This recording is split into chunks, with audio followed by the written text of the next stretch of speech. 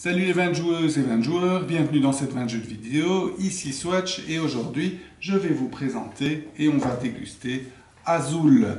Azul, un jeu de Michael Kiesling, qui est donc un des auteurs de Tikal, etc. Donc un auteur vraiment très connu, allemand. Un jeu de 2 à 4 joueurs qui se joue en 30-45 minutes et qui est édité par Plan B Games.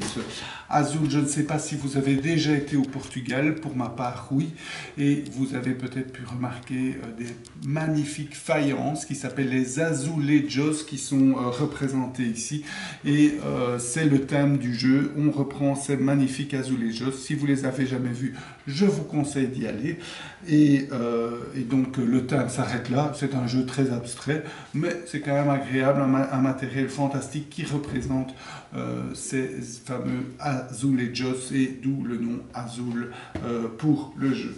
Alors, comment se passe le jeu? Donc l'objectif du jeu est de remplir votre mur. Donc chaque joueur a un plateau personnel et l'objectif est de remplir son mur par les tuiles Azul, les tuiles, et en fonction de comment il aura rempli son mur ici, il va gagner des points de victoire. J'y reviens tout de suite.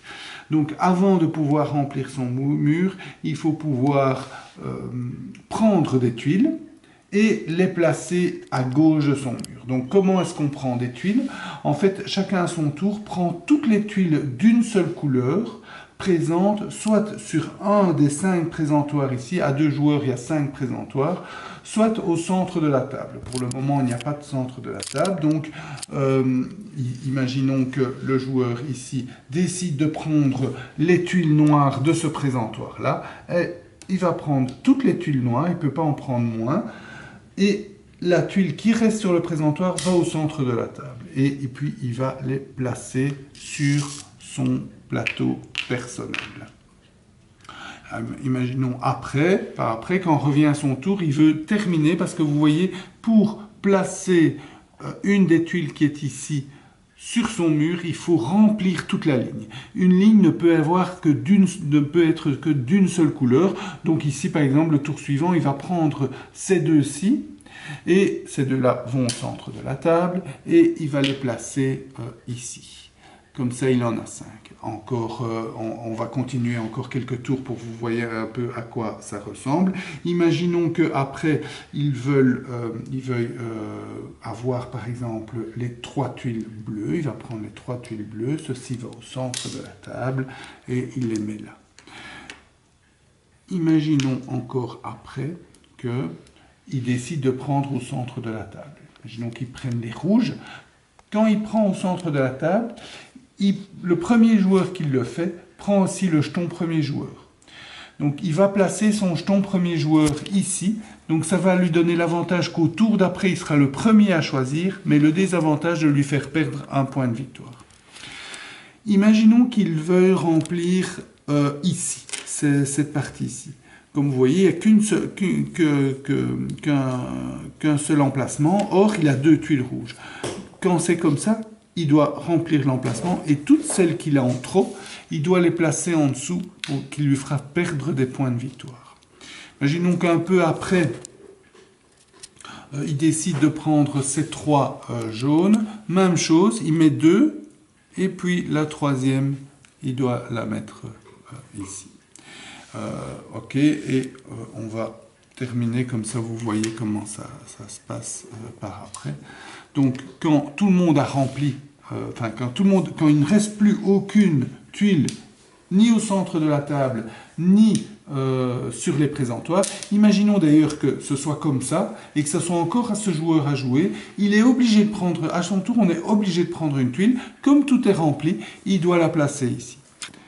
Donc c'est très rare que ce soit si idéal que ça, mais c'est pour l'exemple, donc comme ça vous voyez. Puis ensuite, on va remplir son mur, à savoir que, bon, imaginons que c'était comme ça avant son tour, à savoir que ici, ça doit aller à l'endroit, chaque tuile doit aller à l'endroit prédessiné de sa couleur. Donc ici, on va là.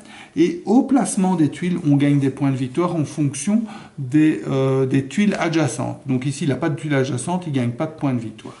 Ici, il va le placer ici. Il a ces deux-là qui sont adjacentes, il gagne 2 points, il avance de 2 points. Ici, il va la placer ici. Et là, il va gagner 3 points, plus 3 points. Donc 6 points, il va, oui, etc.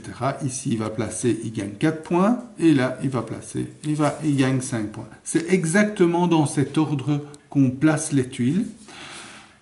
Et l'ordre est vraiment important. Parce que imaginons que ici, quand il a placé celle-ci, il a gagné 4 points. Et quand il a placé celle-ci, il a gagné 5 points. Donc il a gagné 9 points en tout. Imaginons qu'il aurait fait ça dans un autre ordre, que à ce tour-ci, il a ceci, et qu'il doit attendre le tour d'après pour placer celle-ci. Ben, à ce tour-ci, quand il place celle-ci, il a 0 points, et quand il place celle-là, il a 5 points. Donc 5 points au lieu de 9 points en tout. Donc l'ordre est important. À la fin du jeu, on va compter des bonus. Donc imaginons que ce soit comme ça. Je vais encore en prendre quelques-unes pour vous montrer. Imaginons que ce soit comme ça. Ah oui, alors attention, à la fin aussi d'un tour, on compte les points ici en négatif. Donc il y a moins 2, 4, 5, 6 points de victoire en négatif. Donc on a intérêt aussi à optimiser son plateau personnel pour avoir un minimum de tuiles ici, parce que ça peut faire mal. 6 points de victoire, ça peut coûter la victoire aux joueurs. Donc, à la fin du jeu, on va... je vais mettre ça là et ça là. En fait, dès qu'un joueur remplit une ligne, c'est la fin du jeu. Et quand on remplit une ligne, on gagne un bonus de 2 points de victoire. Quand on a les 5 tuiles d'une couleur, donc ici on a les 5 bleus, mais on pourra avoir les 5 jaunes comme ça, ou les 5 rouges comme ça, on gagne 10 points de victoire en plus. Et quand on remplit une colonne, on gagne 7 points de victoire en plus.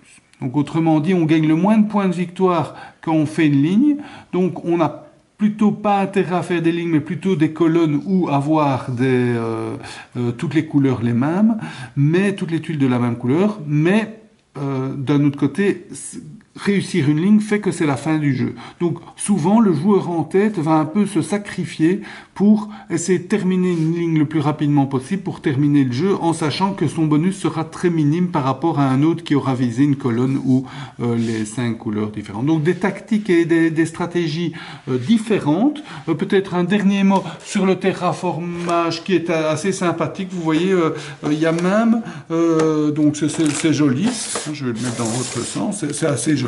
Et il y a même un emplacement, oui, dans le détail, pour mettre la tuile premier joueur et ensuite mettre les petits présentoirs pour que ça évite de voler. Donc c'est pas mal. Le jeu manque peut-être un petit peu de thème et un petit peu de renouvellement, bien qu'il y ait une phase B sur les présentoirs qui est moins contraignante et qui permet plus de liberté, mais sinon un jeu magnifique comme vous avez vu le matériel, un jeu très sympathique à jouer et qui demande un certain apprentissage. Donc on voit quand on joue surtout avec des joueurs novices que progressivement, au fur et à mesure des parties, eh bien, ils arrivent à faire de plus en plus de points parce qu'ils arrivent à optimiser. Donc il y a un apprentissage, il y a un côté aussi avoir envie de refaire une partie parce que c'est assez rapide, c'est facile, c'est très amusant à jouer. Et voilà, donc un jeu catégorie moyenne, voire même familiale, où on s'amuse bien et que je vous conseille. Voilà, j'espère que cette dégustation vous a goûté. Je vous souhaite de bien vous amuser. Santé et à bientôt.